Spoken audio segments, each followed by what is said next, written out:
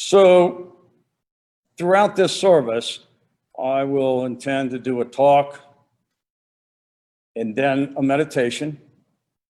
And through that meditation, I will guide you into some silence in which we can have the opportunity to connect with Spirit, our divinity within, and hear what word or quality the divine speaks to us for this year. And then we'll have Kayleen come in at our silence and the meditation to play a song. I'll finish up that meditation and then she'll play another song. And then as we get closer to the end, or when we do end, after the peace song, Reverend Kathy will be kind enough to open up the floor, so to speak, for everybody to connect and love on one another, virtually, that is. Okay, so anyway, that's the outline.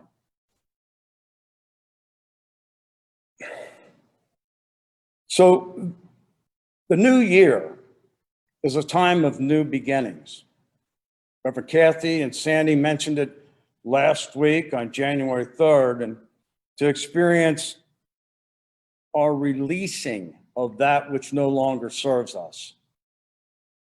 This Sunday, with space in our hearts and in our minds, we are ready to accept a new possibility, the possibility of creating anew the God-centered life that we deserve. So today truly is a special service. The first or second Sunday of every year, we have our white stone ceremony. It's a unity ritual, and it's taking place at this time in nearly all of the unity churches throughout the world. It provides the gift of a new name. This truly is one of my favorite ceremonies, as it aligns very nicely and very well with Unity's body of teachings. For the past 18 years consecutively, each and every one of the white stone ceremonies have been inspirational, transformational, and life-changing. They have built the foundation for me to live experiences from my divine self for my spiritual journey. The white stones represent the foundation upon which we build up and develop our true Christ self. So this ceremony is designed to discover a new name or a new quality for this year. And we want to discern our new name centered in the awareness of our inherent divinity. I remind us all that everyone's true essence is God, is divine.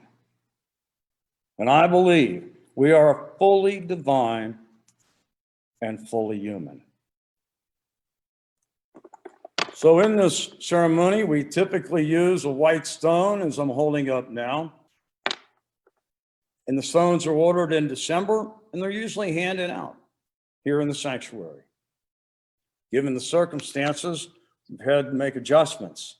But Reverend Kathy and others were thoughtful enough to include white stones in your Christmas gift bag for the upcoming special services, which was made available last week and now. So many of you, I hope, the majority of you, may already have your white stone. If you don't, no worries. For this moment, you can use perhaps another white stone, last year's white stone, and write on the back of it. Perhaps a favorite stone in your yard or garden, or even a white piece of paper. What really matters is to connect with Spirit, with an open heart, with all of your being, and write down, acknowledge, and claim within you your new name or quality. These particular stones, by the way, were quarantined, or I should say quarried, which is completely different, but these are quarried in Hebron, Israel, which is about 20 miles south of Jerusalem, for those of you who are interested in GPS.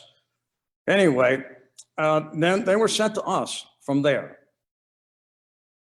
And so the story of the white stones and the reason for the white stones come from that place in the world.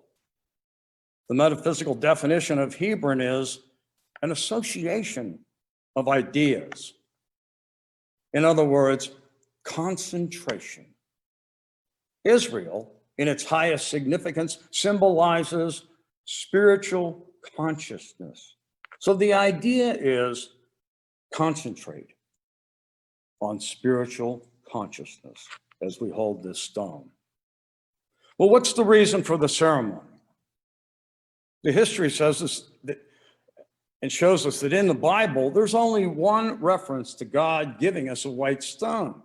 And it says this: let anyone who has an ear listen to what Spirit is saying to the churches.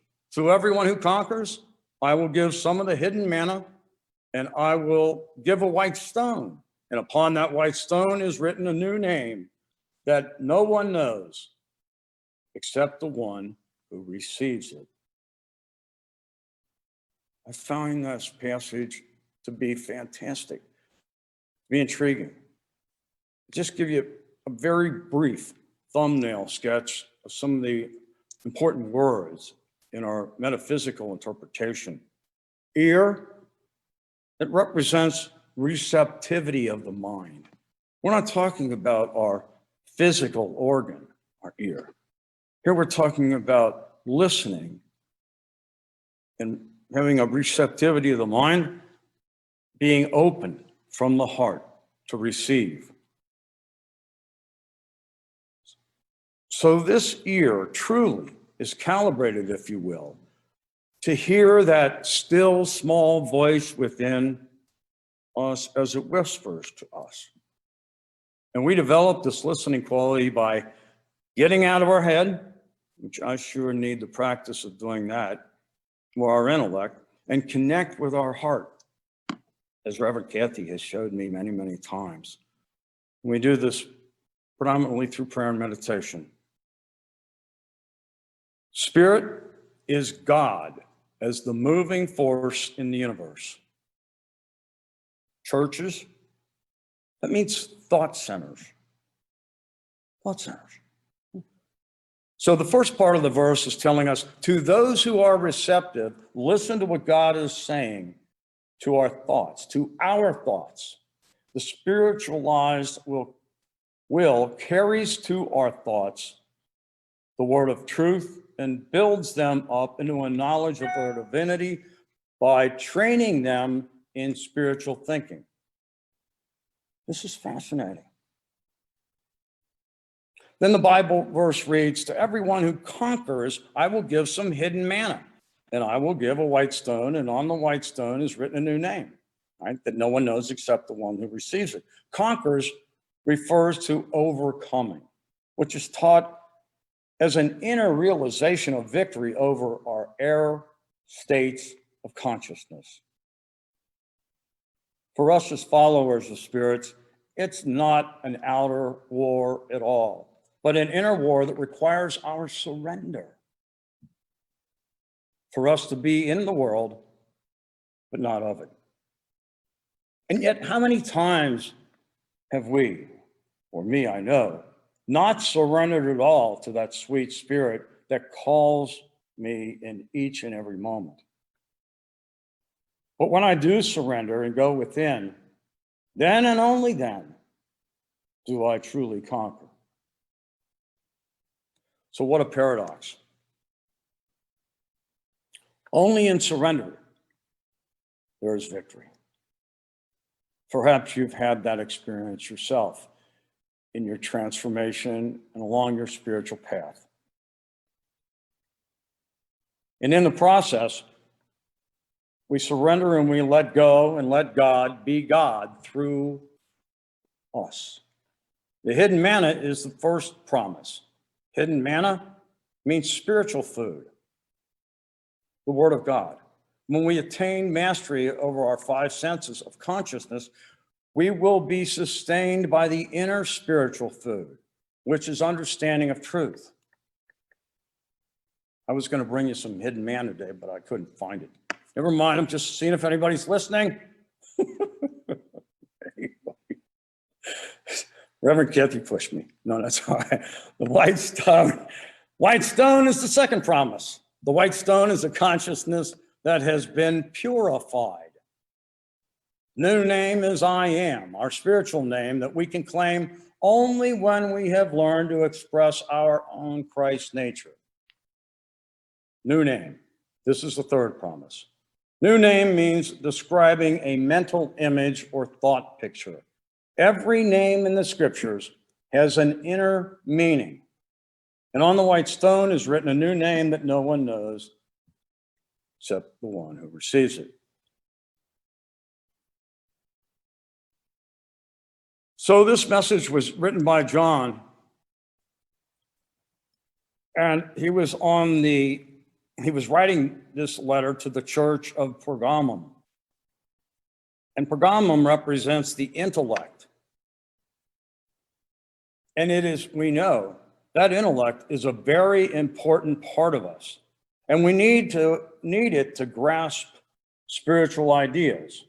But the true purpose of the intellect is to give us an understanding of the omnipresence of God.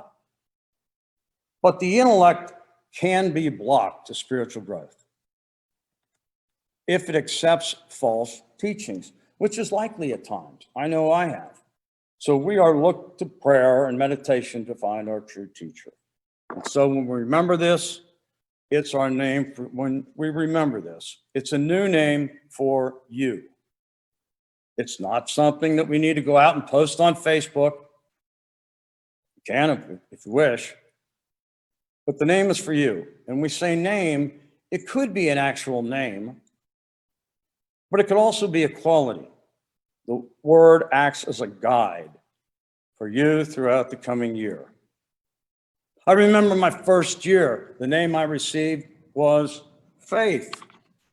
I still have that stone from back in the 1800s. 18 years ago. It doesn't mean that I would change my name to Faith. It means that I have a new name to live under, a new name to contemplate. So the entire year I spent focused on Unity's teachings relative to faith. I realized I had faith, but I wasn't sure what I had faith in. And by keeping this stone with me, I continue to pursue with my focus of attention on faith. The second and only, the remaining one I'll give you is, sure enough, the second year, I received the word forgiveness. I can tell you right away, I didn't want the word forgiveness. I remember sitting in the pew and telling God, can you give me another name? And I paused, I heard nothing. I thought maybe God didn't hear me. So I said, okay, so can you give me 2 other names? Just anything but forgiveness. But I can tell you with all of my heart that taking that name, not being resistant to it, and working that quality through the balance of the year truly transformed my life, without a doubt. So anyway, I know we're moving quick on time, but I'll just briefly mention these because I find them intriguing. Historically, one of the theories regarding the meaning of the white stone is that probably has to do with an ancient Roman custom of awarding white stones to the victors of athletic games. So if you won a game, you were awarded a white stone with your name inscribed on it, and that served as your ticket into a very elaborate banquet. Another possibility that we hear more frequently, and I recall Reverend Kathy talking to this last year, is that in the time of Jesus, those who had been imprisoned, who had completed their incarceration, were freed. And in that process, they were given a white stone as evidence to show that they had been freed from prison. It was proof, if anyone should ask, that they were free. Quickly mentioned that in the Bible, there are many illustrations of changes of names. For me, the most popular is the conversion of Saul to Paul. Saul was walking the path, and he was doing everything he could to destroy the Christians.